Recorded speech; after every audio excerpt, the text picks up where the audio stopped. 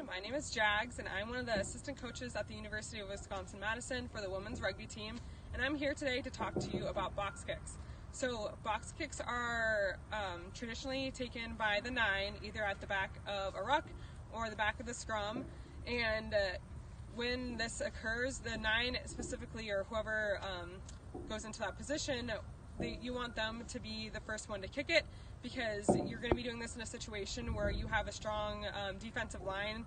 up against you, someone who's quick off the ruck or who is quick off of the scrum, probably a quick flanker, and you really just want to get the ball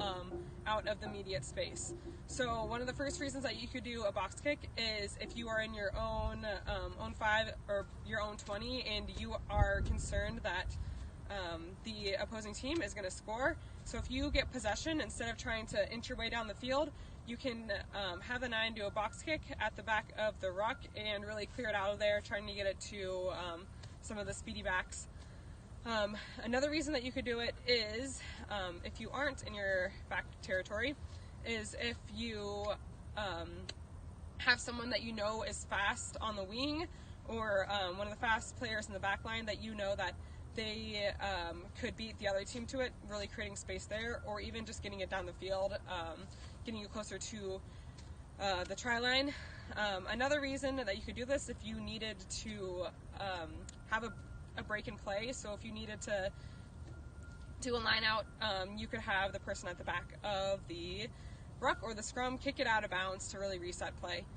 So I have been talking about the 9 taking the kick, and that's traditionally just because they are at that first spot, but really you could substitute anyone in there who has a boot. You just really need to communicate that through your teammates, because you don't want to miscommunicate and have the player not be there that needs to be. Technique for the box kick is a lot of the power comes from your hip, your core, and really the rotational movement that comes throughout that. The farther that you swing your leg, the more power you're going to get. So if it's only a little bit, it's not going to go that far, but if you really plant on your non-dominant foot and swing through, making sure you follow with your kick nice and high, that's going to get you a lot of power, where the direction and the precision comes from your knee below.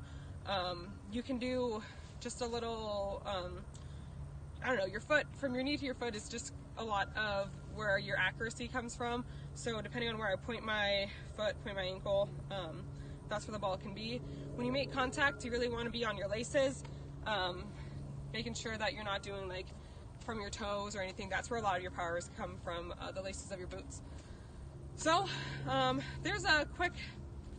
little spiel about box kicks, and on Wisconsin, go Badgers!